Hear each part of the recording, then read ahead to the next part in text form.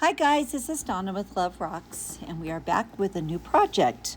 This is a little rooster that I found. I think I found him on a t-shirt for an advertisement. I thought he was cute. He looks like a fairly easy project, something that you can do in a short amount of time and duplicate without too much effort. So let's get started. As always, this rock will be given away. We'll give it away in about a week. I will put the drawing date in the description, and all you need to do is make sure to subscribe to the channel and leave a comment. You will automatically be put into the drawing from that. I did leave the sketch up for an extended amount of time at the beginning of this video because I wanted to make sure that you have plenty of time to look at the sketch, duplicate the sketch, and be able to do your own rooster here. If you don't have enough time to do that from what's on the video, please pause the video and do your sketch and then start your painting. Also, the colors that I use will be put into the description so that you can duplicate that, or you can do your own colors. If you have your own chickens, or there's just something specific that you want in a color scheme, then go right ahead. These are just suggestions that I pulled together. So let's get started. I do want to say that I'm hoping that we are finally settled enough that I can get out a video a week. That's my attempt. So thank you for hanging in with me if you are one of my regular viewers. I really have had kind of a rough time getting these videos out, but I think we're finally at a place where I can get them out weekly. So let's get started. I found this little guy. He was, like I said, on I think a t-shirt is what I found it off of. So let's talk about that a little bit. You can find pictures off of so many things, and if you're brand new to rock painting, let me give you some ideas of places that you can find really great beginner or very intermediate things to paint for your rocks. So nowadays there are hundreds and hundreds of what they call adult coloring books, even children's coloring books, where you can get ideas to paint on your rocks. If you actually buy the coloring book, you can use it as a template. You can cut it out. You can put something behind it in order to trace it. There's just so many ways that you can find some great things to put on there. I have been sketching for over 40 years, so I freehand all of my stuff, either from something I've seen in my head, or I'll freehand it off of a picture that I've seen. But if you can't freehand it, please don't let that stop you. Find a picture you like, and you can trace it using tracing paper, or projection. There are some great projection applications out there that you can put on your phone, anything like that. So the first thing that I say, or the first thing that I mentioned, was coloring books, either adult or children coloring books. Great, inexpensive way to get some pictures put onto a rock.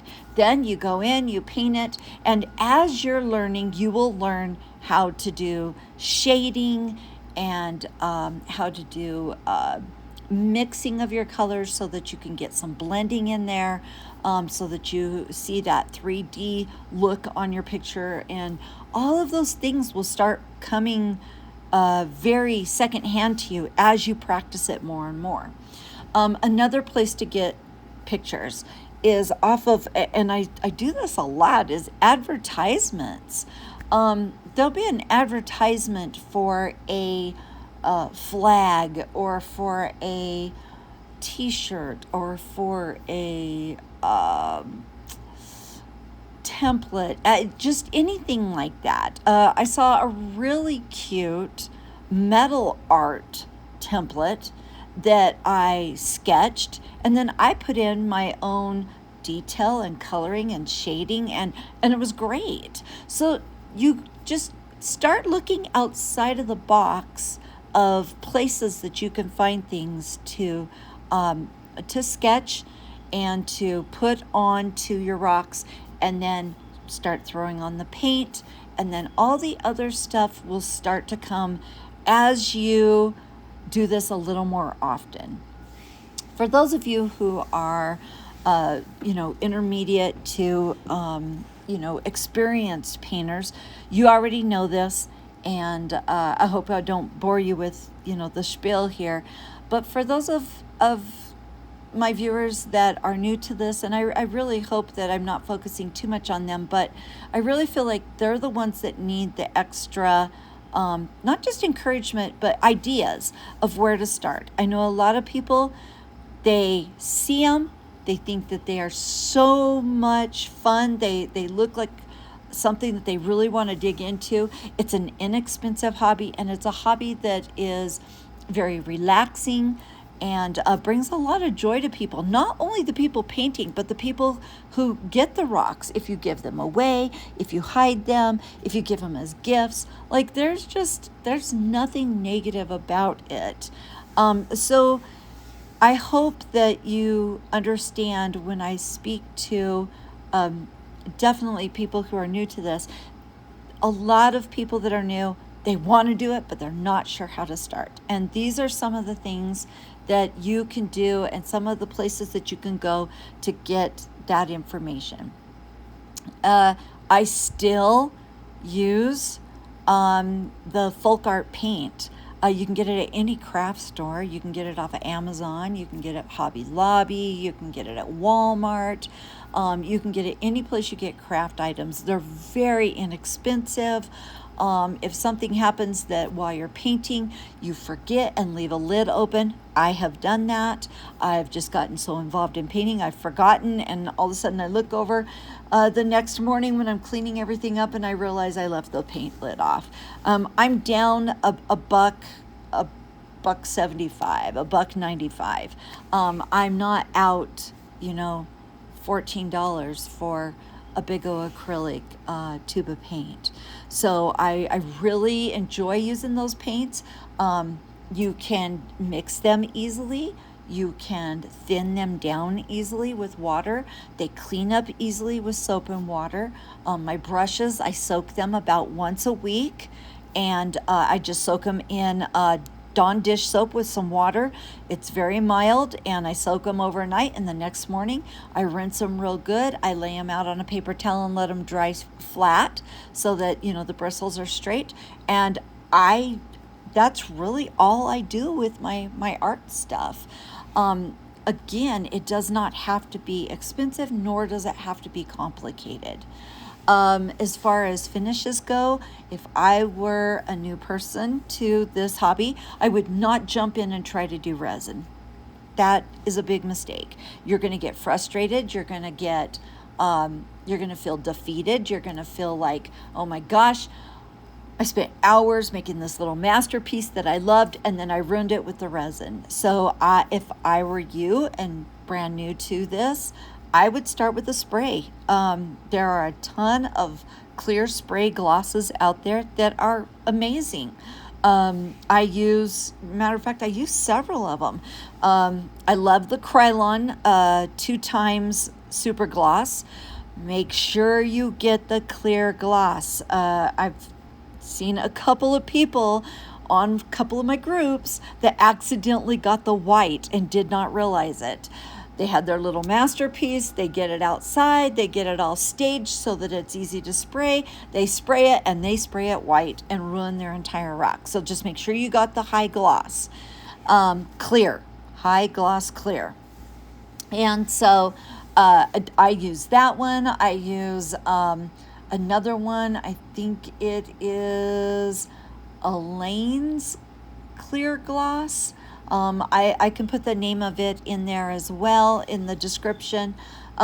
I grab those and I will spray them 2 or 3 times. And you're probably going to make fun of me on how I stage my rocks to spray them. I take an old toilet paper roll, just the little round empty roll.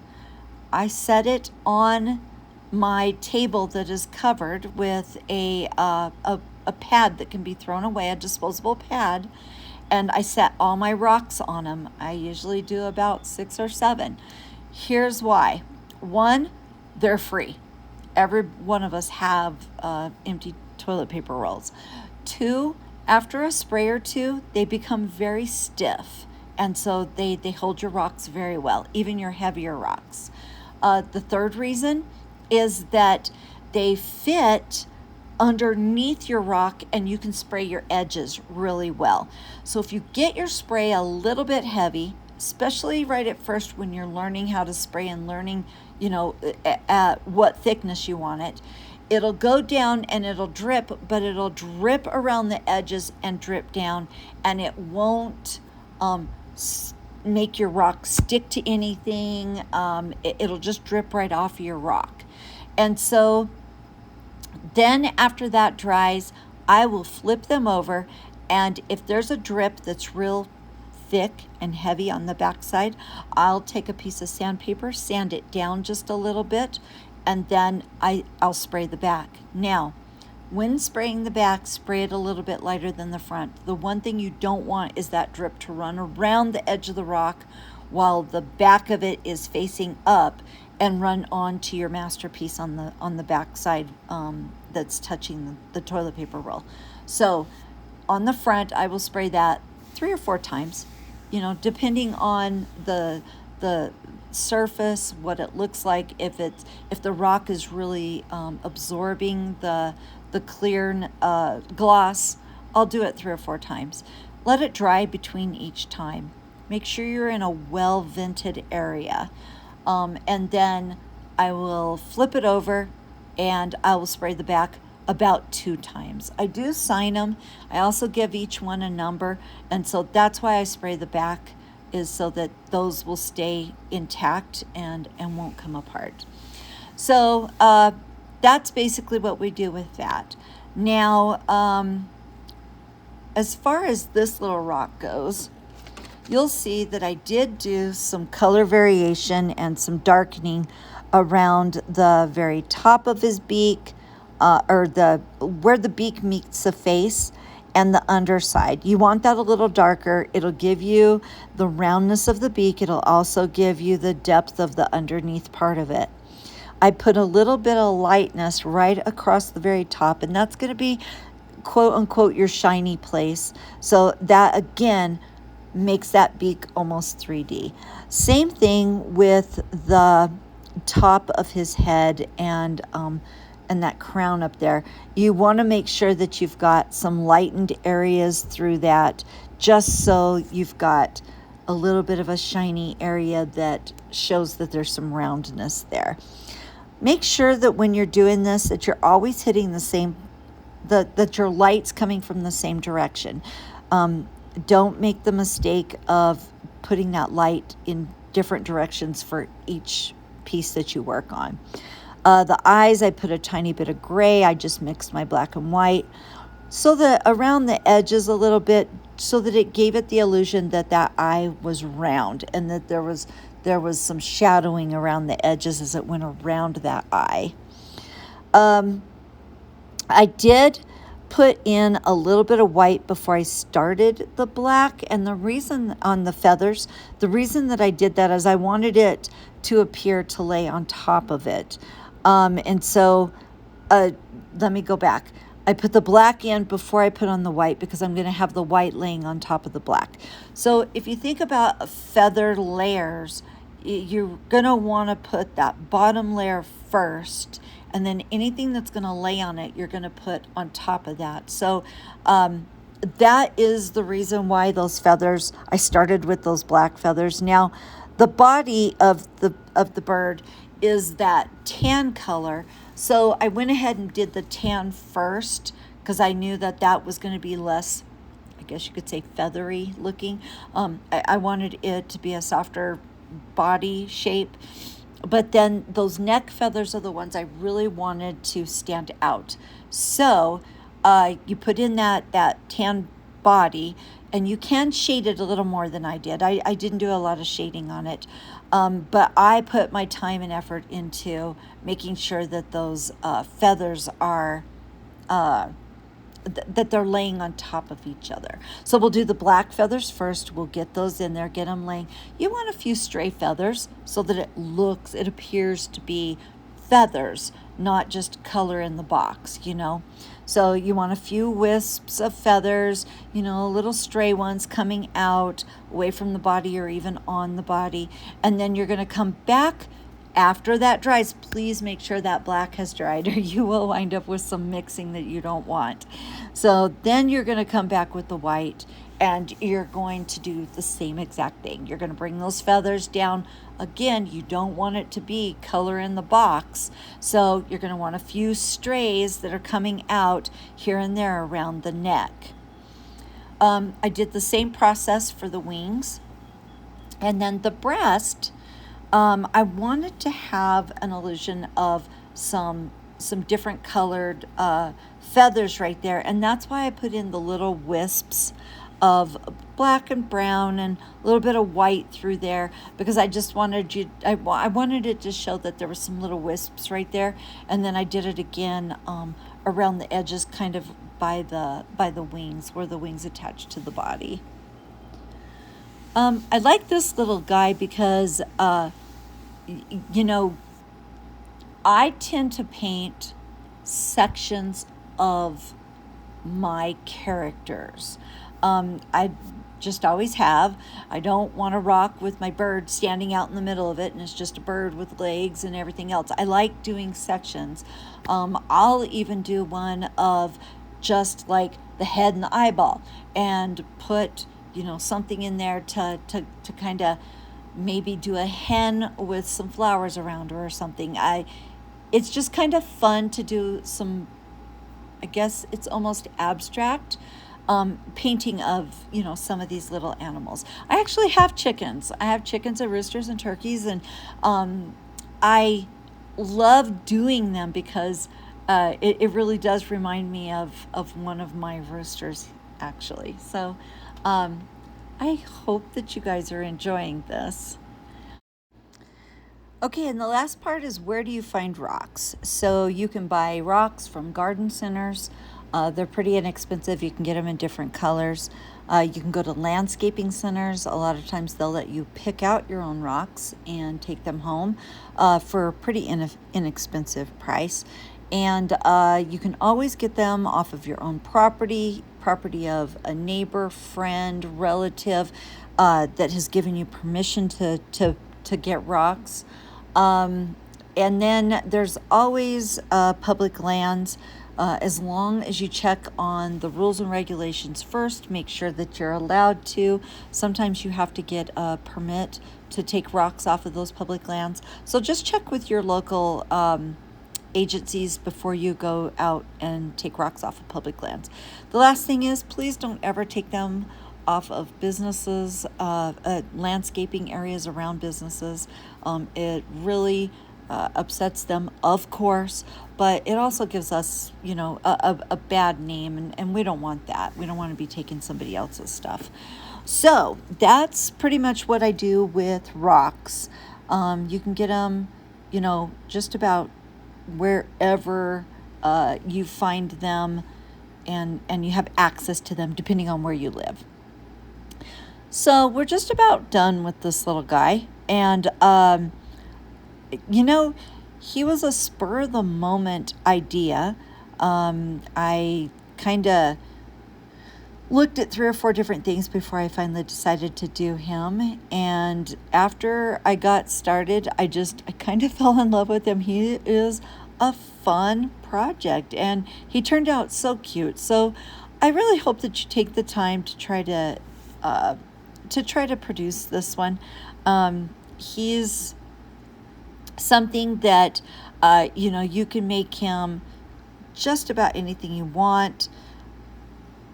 as you're working through this and as you become more and more experienced, you can start playing with all of the ideas that I bring to my channel, including this one. You can make him shorter, you can make him fatter, you can make him different colors, you can make his eyes tiny, you can make them big, you can make the pupils really big, you can keep the pupils tiny. There's so many things that you can do with them to change the character of the rock of the picture by keeping with the same theme. So be creative, have fun.